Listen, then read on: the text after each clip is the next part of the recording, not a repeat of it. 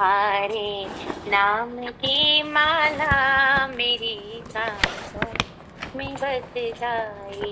जहाँ गाए सभी श्यामा वहाँ पे शाम होते हैं। जहाँ गाए सभी राधा वहाँ पे शाम होते हैं। तुम्हारे नाम से श्यामा सभी आनंद होते हैं। तुम्हारे नाम से राधा सभी आनंद होते हैं।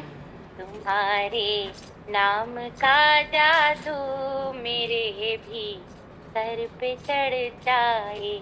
तुम्हारे नाम का जादू मेरे भी सर पे चढ़ जाए।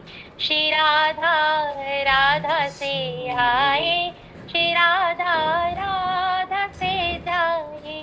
श्री राधा राधा से आए, श्री राधा राधा से जाए।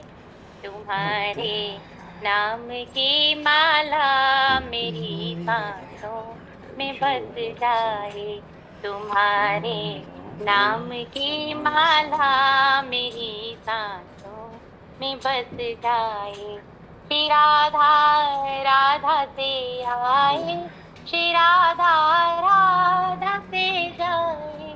तुम्हारे नाम की माला मेरी सांसों में बस जाए।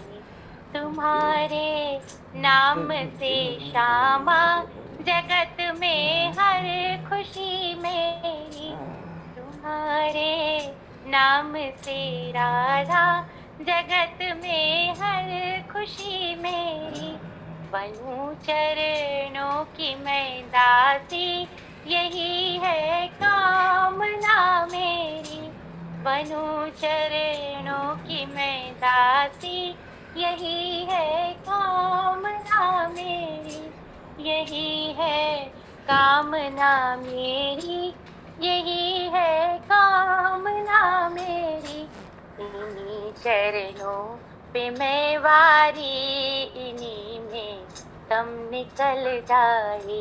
इन्हीं चरणों पे बलिहारी, इन्हीं में दम निकल जाए। श्री राधा राधा से आए, श्री राधा राधा से जाए। तुम्हारे नाम की माला मेरी सांसों में बस जाए। तुम्हारे नाम की माला मेरी सांसों में बस जाए। बोलिए शिवल सरकार की जय, लाडली लाल की जय, युवल चरणारविंद की जय।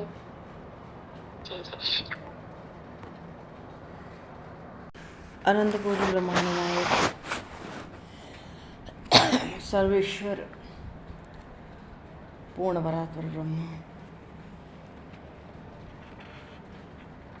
असंख्य कल्याण गुणगण निलय भक्तवांशा कल्पतरु शरणागत वत्सल भक्तवत्सल दीनबंधु दयासिंधु भगवान श्री सीताराम जी महाराज की सीम कृपा करने से श्री हनुमान जी महाराज की परम पावन भावमय सन्निधि में, महापुरुषों की भावमयी उपस्थिति में एवं आप सभी श्रद्धालु भक्त वैष्णव की मंगल सन्निधि में मानव जीवन का सर्वोत्कृष्ट फल भगवत गुणगान भगवत स्मरण का लाभ हम सभी भगवान श्री कृष्ण चैतन्य देव के लीला चरित्र के माध्यम से प्राप्त करने जा रहे हैं। सर्वप्रथम आप सभी भक्तजनों के श्री चरणों में भगवत भाव से सादर वंदन सादर। आप सभी को यथायोग्य जय श्री राम, जय जय श्री राधे, हरि शरण मृताय गौर हरि बोल। वराहपीडं नटवरवपुः कर्णियो कर्णिकारं विप्रदवासः कनककपिशं वैजयन्तीं च मालां रन्ध्रान् वेणुर्धरसुधया पूरयन् गोपवृन्दैः वृन्दारण्यं स्वपदरमणं प्राविशति गीतकीर्तिः।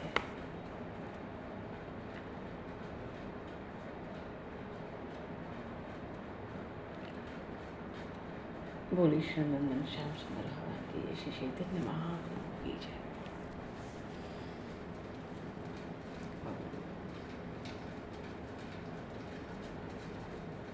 सर्वप्रथम तो आज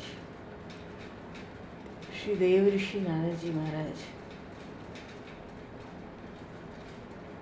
ब्रह्मा जी के 10 पुत्र हैं, उनमें छठे पुत्र हैं देव ऋषि नारद। आज श्री देव ऋषि नारद जी के प्रागट महोत्सव की सब वैष्णवों को खूब बधाई और शुभकामनाएं। बोलिए श्री देव ऋषि नारद जी महाराज की जय।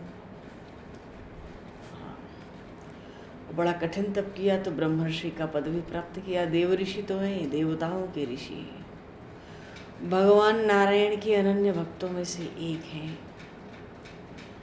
और यहाँ तक कि इनको भगवान के मन का अवतार भी कहा गया है। तो देव ऋषि भी नाम है, ब्रह्मनंदन भी नाम है, वीणाधर भी नाम है। निवास करते हैं देव ऋषि नारद जी महाराज ब्रह्मलोक में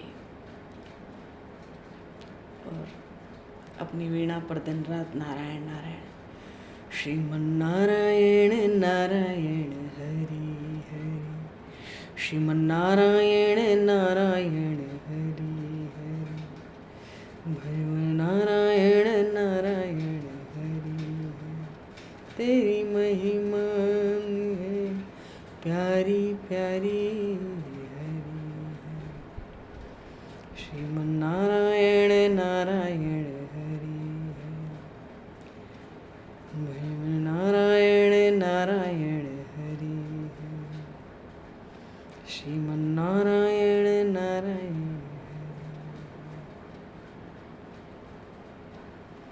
देव ऋषि नारद जी महाराज बस नारायण नारायण।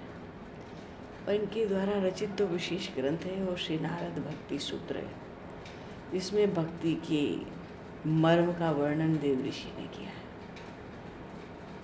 और वैसे देव ऋषि नारद का तो धर्म का प्रचार, लोक कल्याण, इन 2 चीज़ों के लिए, भगवान की भक्ति प्रदान के लिए सदैव तत्पर रहते। शास्त्रों में देव ऋषि नारद जी महाराज को भगवान का मन कहा है। और यही कारण है सब युगों में, सब लोकों में, समस्त विद्याओं में और सब समाज में नारद जी महाराज का सदा से ही एक बड़ा महत्वपूर्ण स्थान रहा है। केवल देवता ही थोड़ी आदर करते हैं कि देव ऋषि हैं, दानव भी उनका सदैव आदर करते हैं। कंस देव ऋषि नारद की सब बात सुनता था, समय समय पे परामर्श लेता था। भगवान श्री कृष्ण भागवत के 10वें स्कंद में इनकी महिमा स्वीकार करते हैं। देव ऋषि नाम च नारद, भगवान कहते हैं देव ऋषियों में नारद मैं ही हूँ। और श्रीमद् भागवत महापुराण की कहें तो सृष्टि में भगवान ने देव ऋषि नारद के रूप में 3रा अवतार ग्रहण किया।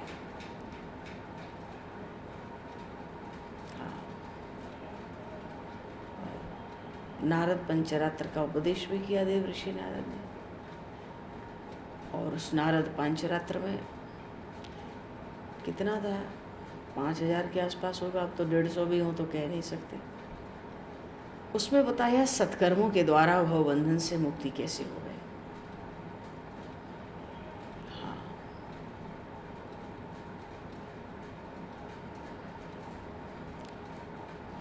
और त्रिका लग गए देव ऋषि नारद।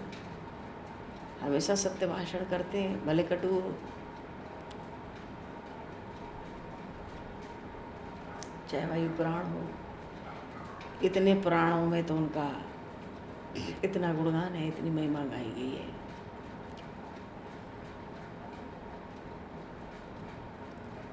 कहने का भाव है देव ऋषि नारद तो भक्तों को भक्ति का दान करते हैं।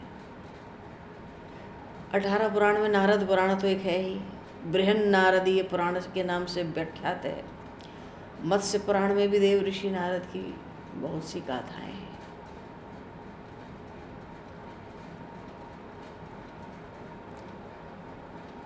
नारद संहिता भी है। वह सबसे सार बात है। जैसे ध्रुव जी महाराज को नारद जी ने उपदेश दिया, तो नारद जी महाराज तो जिसको कहो भक्ति में लगाना हो तो खटपट जीवन में उठा पटक करके जीव को भक्ति में लगा देते हैं, चाहे जैसे। और देव ऋषि नारद ने तो यहाँ पर भी क्या, यहाँ वृंदावन में भी आकर भगवान शिव के कहने से श्री तुलसी देवी की आराधना की है।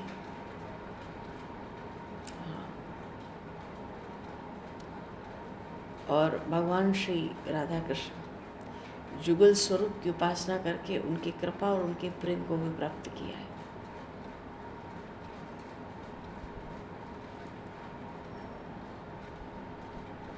कहने का भाव है ब्रह्मा जी के 7 मानस पुत्र हुए सृष्टि में, उनमें से एक है देव ऋषि नारद, मानस पुत्र। और ब्रह्मा जी के तो मन ही कह गए, भगवान के मन के अवतार। तो बोलिए श्री देव ऋषि नारद जी महाराज की जय।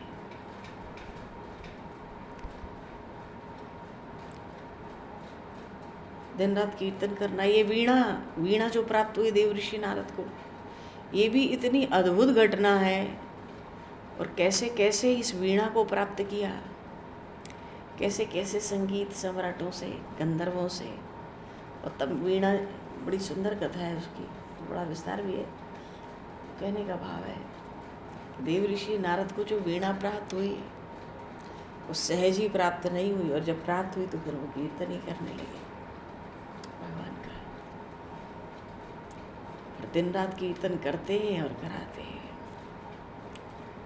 ऐसे श्री नारद जी महाराज जो केवल भगवान के नाम गुणगान में ही तल्लीन रहते हैं महाराज, ऐसे नारद जी महाराज का आज प्रागट्य उत्सव है। क्योंकि संतों का मिलन भगवान के मिलन से भी बढ़कर कहा गया है। भगवान के रंग महल की बातें भी तो संत ही जानते हैं, उनको भगवान के रहस्य का भी पता होता है। प्रभु की सत्ता तो परम सत्य है। भले ही न माने, विश्व के अणु अणु में अनादिकाल से और अनंत काल तक भगवान की सत्ता विराजमान रही है। पर भगवान की भगवत्ता का प्रचार तो इन महापुरुषों के माध्यम से ही होता है।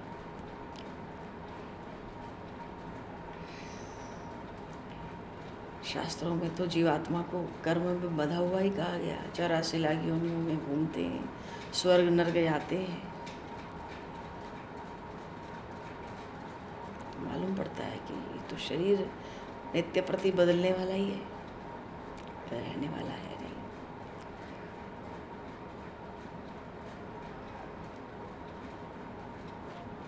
वैसे तो प्रत्येक वर्ण का अलग अलग धर्म है, पर भगवान की भक्ति में सबका धर्म है। कारण क्या है? जीव भगवान का ही अंश है। जीव भगवान का अंश है। भगवान कहते हैं ममैवांशो जीवलोके, इस लोक में जो जीवात्मा है मेरा अंश है। तो भगवान का अंश है, तो सबसे पहला धर्म तो मनुष्य का भक्ति हुआ, भगवत भक्ति, भगवत प्राप्ति। क्योंकि जीव सबसे पहले भगवान का अंश है। और 4 वर्ण में कुछ भी हो, ब्राह्मण क्षत्रिय वैश्य शूद्र, वो तो पीछे है। जिस आश्रम में प्रवेश किया हो वो 4 आश्रम भी पीछे हैं। महापुरुष कहते हैं भगवान में लग जाना ही जीव मात्र का धर्म है। और श्री चैतन्य महाप्रभु का प्राकट्य हुआ, प्रेमावतार श्री चैतन्य महाप्रभु ने तो प्रेम को पराकाष्ठा पर पहुंचाकर विश्व के समक्ष रख दिया। प्रेम की पराकाष्ठा। श्रीमद् भागवत में एक श्लोक आया, एतावानेव लोकेस्मिन् पुंसां धर्मः परम स्मृतः और भक्ति योगो भगवती तन नाम ग्रहणा देवी है। भाव है कि ये जो मनुष्य लोक में जीव मनुष्य शरीर भगवान की करुणा से प्राप्त कर लिया, मानो मनुष्य लोक में मृत्यु लोक में आके मनुष्य का शरीर धारण करके केवल इतना ही प्रयोजन है। प्रयोजन शरीर धारण करने का, मनुष्य शरीर धारण करने का बस यही है कि जीव भगवान के प्रति भक्ति करे और उनके मधुर मधुर नामों को सदा अपनी जिह्वा से उच्चारण करता रहे। भक्ति योगो भगवती तन नाम ग्रहणा देवी एतावानेव लोकेस्मिन् पुंसां धर्मः परम स्मृता। श्री गौरांग महाप्रभु, आज से ज्येष्ठ मास आरंभ हुआ, कृष्ण पक्ष आरंभ हुआ, प्रथम तिथि है प्रतिपदा, 15 दिन ज्येष्ठ मास जाएगा। ज्येष्ठ मास में जो अब एकादशी आएगी वो अपरा एकादशी है, बड़ी महात्मा है उसका। और फिर निर्जला एकादशी नहीं आएगी, सबसे पहले फिर बीच में अधिक मास आएगा, पुरुषोत्तम मास। किसी भी मास के बीच में पुरुषोत्तम मास आता है तो जिस मास में आता है तो 15 दिन बाद आता है। तो ज्येष्ठ मास की अमावस्या होगी, अगले दिन से पुरुषोत्तम मास आरंभ हो जाएगा। संभवतः 17 मई से आरंभ है क्या, 15 जून तक, जो भी हो। तो 1 महीना अधिक मास, इस बार इस भीषण गर्मी में अधिक मास है। ठीक है, अच्छा है, जो है समझ जाए। तो प्रसंग है, हाँ, भक्ति योगो भगवती तन नाम ग्रहणा देवी।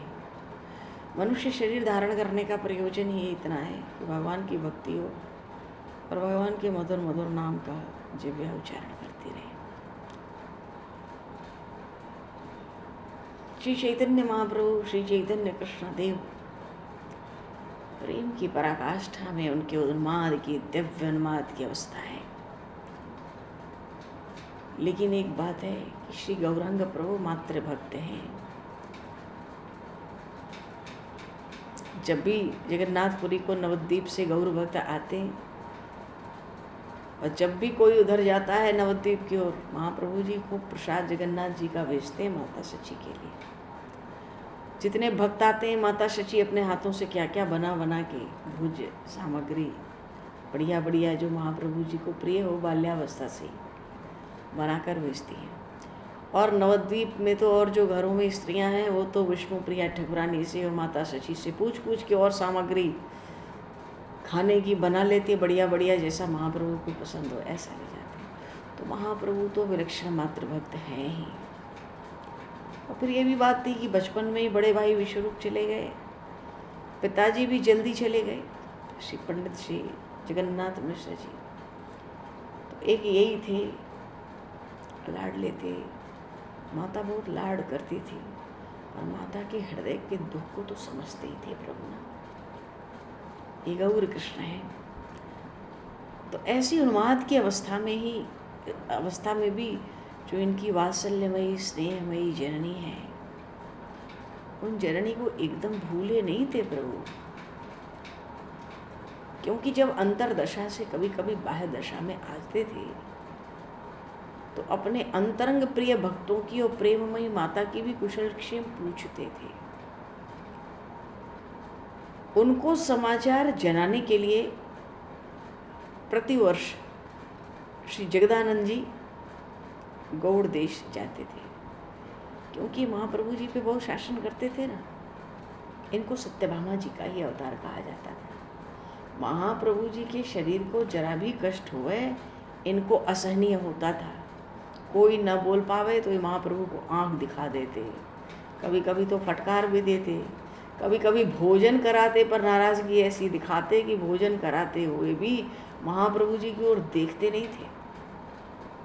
महाप्रभु इनको मनाने की सदैव चेष्टा करते रहते थे, क्योंकि इनके जीवन का और कोई उद्देश्य ही नहीं था महाप्रभु जी के शरीर को सुख पहुँचे। वो कहते थे मेरा यही धर्म, मेरा यही कर्तव्य, मेरी यही भक्ति है, मेरी यही सेवा है। और जो स्वीकार करने योग्य न हो, अगर जगदानंद ले आए तो महाप्रभु को स्वीकार करना पड़ता था, न चाहते हुए भी। क्यों? फिर ये रूठ जाएगा, और रूठ जाएगा तो फिर तो अन्न जल छोड़ देगा, पहले नाराज होके किवाड़ बंद करके भीतर बैठ जाएगा। फिर महाप्रभु जी को जाके भिक्षा मांगनी होती थी। चलो हमें भिक्षा कराएगा तो रसोई बनाएगा तो कुछ तो बाहर निकलेगा, हमें भिक्षा कराने के लिए तो कुछ भी करेगा। तो किवाड़ खोलते और बात नहीं करते, सीधे रसोई में तैयारी शुरू कर देते भक्तों को लेके, ये लाओ वो लाओ। इतनी सुंदर अरे रसोई बनाने में तो इतने निपुण थे जगदानंद जी, और उनको क्या क्या नहीं बनाना आता था, कितने तरह की रसोई बना देते थे बहुत जल्दी। कभी कभी तो महाप्रभु जी कहते साक्षात सत्यभामा जी, कोई कुछ कहो मत, चुप ही रहो, हम जब चुप हैं तो सब चुप रहो।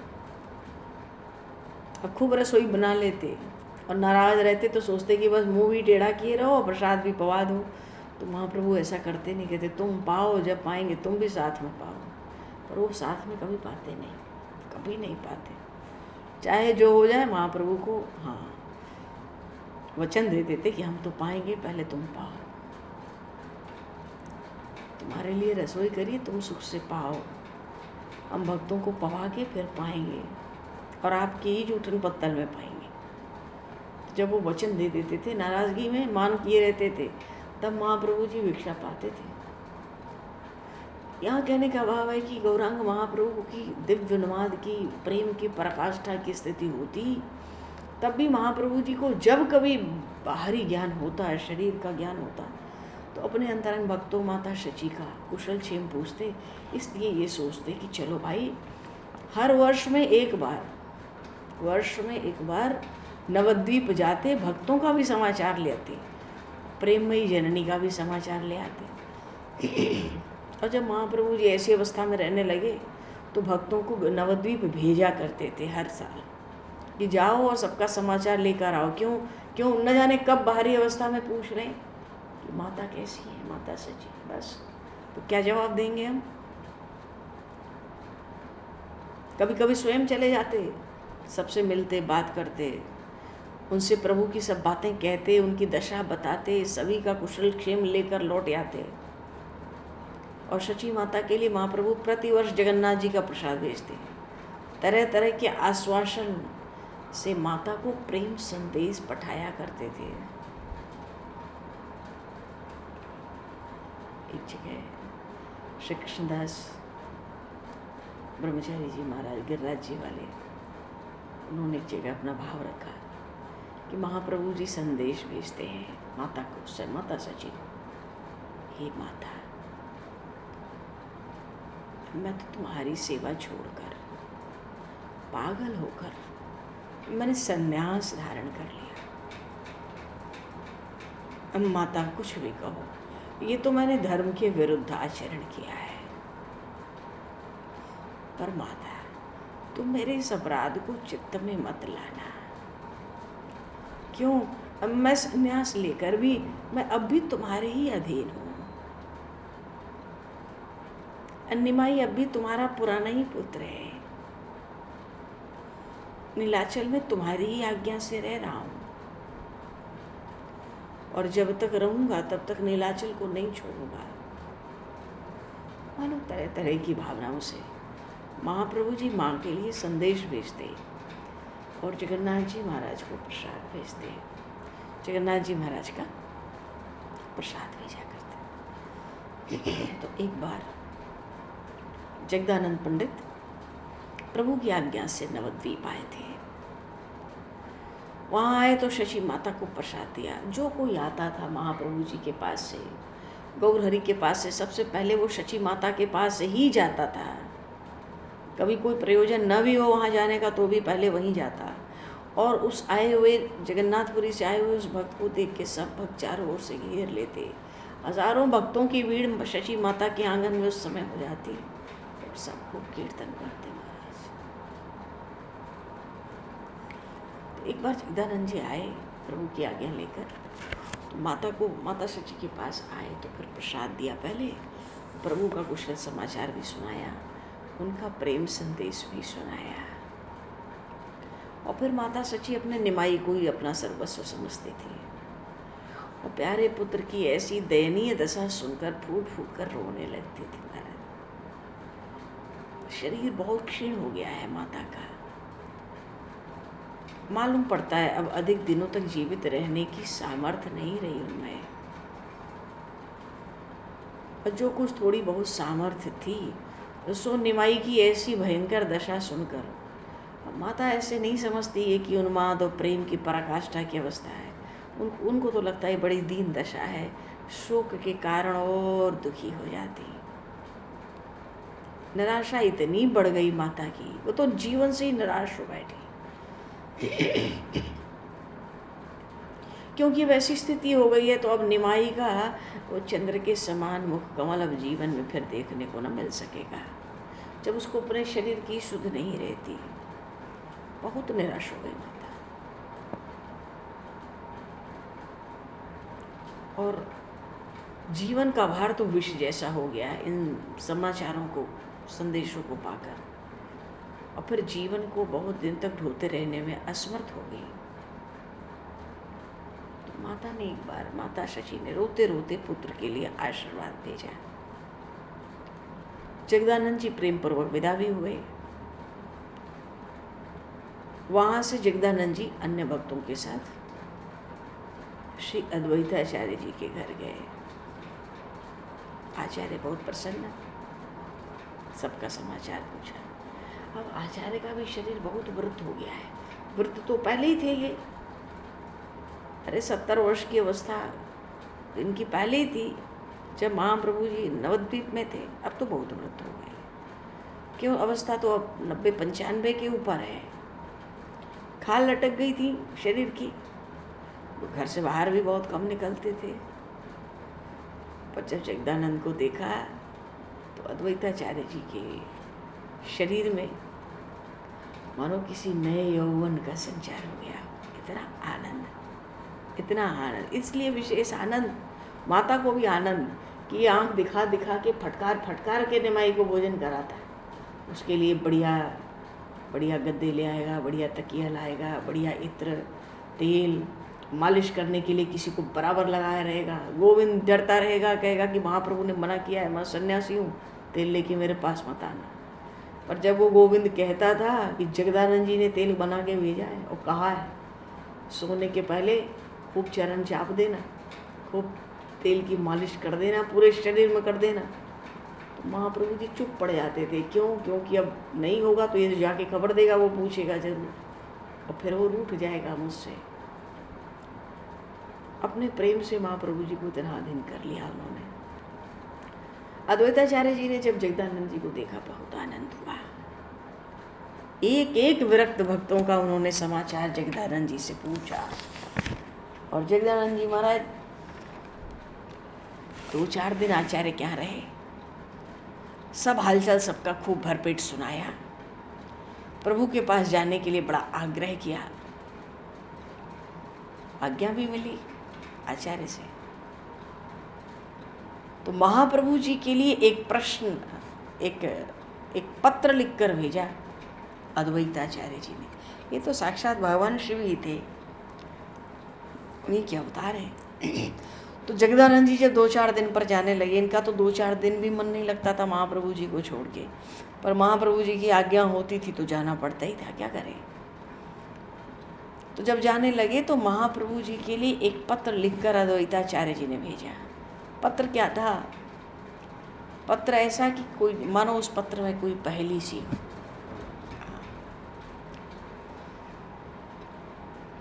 ठीक है भाई, जगदानंद जी पत्र को लेके महाप्रभु जी के पास आए। पर वो पत्र तो तब देवे ना जब महाप्रभु जी